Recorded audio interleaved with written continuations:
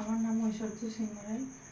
আমি বহিরাগত কলোনি দমদম থেকে এসেছি অঙ্কিতাদির কাছে। আমি কালকে ফেসিয়াল করেছিলাম O3+D10।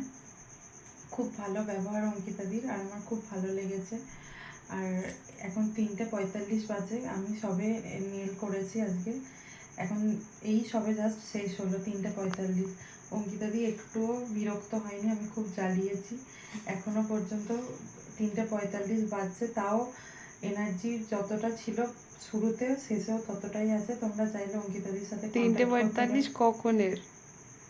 রাত 3:45 এখন।